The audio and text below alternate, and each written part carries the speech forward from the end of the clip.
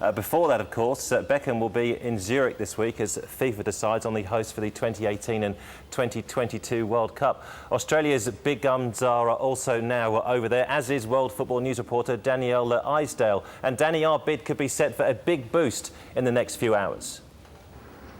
Absolutely. It was a real blow to Australia after the bribery scandal that one of the FIFA execs stood down was the Oceania representative. But now FIFA has been asked to allow the Vice President of Oceania, David Chung, to vote. And that would effectively be a vote reinstated for Australia. I spoke earlier to the FFA Chairman, Frank Lowy, and he told me our chances of that are pretty good. Well, I mean, they have declared, Oceania has declared they're voting for Australia.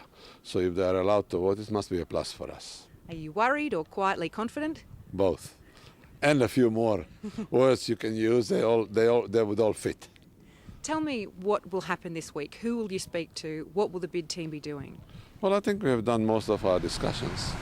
There's a lot of work to be done to prepare for the presentation and all the formalities that needs to be taken. And we still have one or two, maybe three people that we haven't quite spoke to enough, and we hope to do that. Have you been crunching the numbers? How many votes do you think you've got in the bag? How many times have we been crunching the numbers? That would be more appropriate. Every day about 5, 6, 7 times. And how many numbers would I have? I wish I would now. All of them I would maybe tell you. I'm not sure though. What does Australia have that our competition doesn't? We have Australia and all what it entails. And I think we have a wonderful country. We know what we are doing. We have a pair of safe hands. People will enjoy themselves. The team will be looked after very well. And we are a sporting nation. We know how to do sporting events better than most, I would think. Dani, Frank, pretty cagey there. They could have as little as 4 votes in the first round. Do you think they'll be targeting the floating voters this week? Absolutely. I think the main thing for the Australian bid team this week is to try for those second preferences. The way the voting systems works is that if they can ensure that perhaps the FIFA execs may not be the number 1 choice, but maybe if we're the second, we can stay in the game long enough, hopefully, to win in the end. Dani, the Prime Minister's not going to be in Zurich. Will that hurt the bid, do you think, in any way, shape or form? I think realistically, given that the Governor-General, Quentin Bryce, will be here, that will be enough in terms of that state of affairs. And there are other secret weapons up the sleeve of the Australian bid team. We do have Elle Macpherson coming, so surely the FIFA executives would have to be happy with that. Dani, thanks very much for joining us here on World Football News. And stay warm. Yeah, it looks a little bit chilly in Zurich there, doesn't it? It is coming down to crunch, no doubt about it. Friday morning, the decision will be made.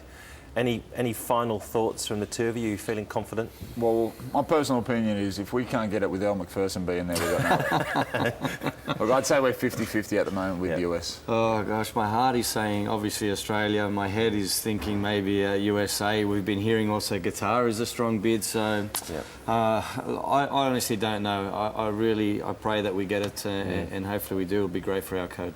Yeah, absolutely. Fingers crossed, indeed. Of course, Friday morning for that announcement. Well, if Australia doesn't get it this Friday, then the USA very possibly could. Charles Christian has been looking at what they're proposing.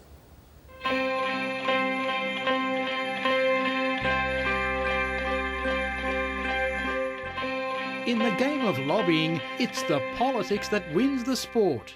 When USA bid chairman Sunil Gulati handed the Americans' bid book to FIFA President Sepp Blatter, it was charged with people power. I think some of the international community underestimates the passion for the game in the United States. And when we start talking about the landscape in the US, they're surprised by it. Management lá não peino. Przynieście puchar do mojego kraju. Traga Copa para o nosso país. Bring it to my country. Fertosti χώρα. Bring it to my country. The United States of America. We are the world's home away from home. Our country loves this game. Would we love the World Cup in the United States? And how many languages can you say, oh yeah? 18 host cities have put their hands up to stage games, with the pruning process to reduce the number to 12. The game is in us. Basketball fan Spike Lee has joined Brad Pitt and Morgan Freeman to add Hollywood glow. The game is in us. The game thrives at the grassroots level, and in the last fortnight, the MLS and team owners gave the bidding committee a $2 million shot in the arm. However, FIFA is worried about the lack of government guarantees. Surely Brazil are going to get one in a moment. And there's Romario! But history gives the Americans a free kick. They have already staged a successful tournament in 1994. More than 3.5 million people attended those matches, where the average crowd was almost 69,000. The US is really prepared now to go another step, and maybe a huge step. Besides, this is the only country they don't need the fans to come in. You know, they got them over here. And it's not a matter of if you build it, they will come. Most NFL venues have already been updated. Cowboy Stadium in Dallas seats more than 100,000. The 82,000-seat New Meadowlands Stadium, where the New York Giants play, opened in August at a cost of $1.6 billion. Washington Redskins left RFK Stadium 2 years after the '94 tournament to play at FedEx Field, where Real Madrid played a match there 16 months ago. There would be some subtle changes in order to transform it into a World Cup venue, including maybe some modifications down at field level, tucking in some seats to give it the proper width, but in a building like this, that's very easy to do. Everything would seem easy once the bid is successful in Zurich. Charles Christian, World Football News. And you can see the World Cup host announcement live from Zurich on 1HD. We'll be broadcasting a special programme in the early hours of the morning on Friday, starting at 1:45. All the build-up, followed by the announcement and reaction. Don't forget, of course, to set your watches for that one.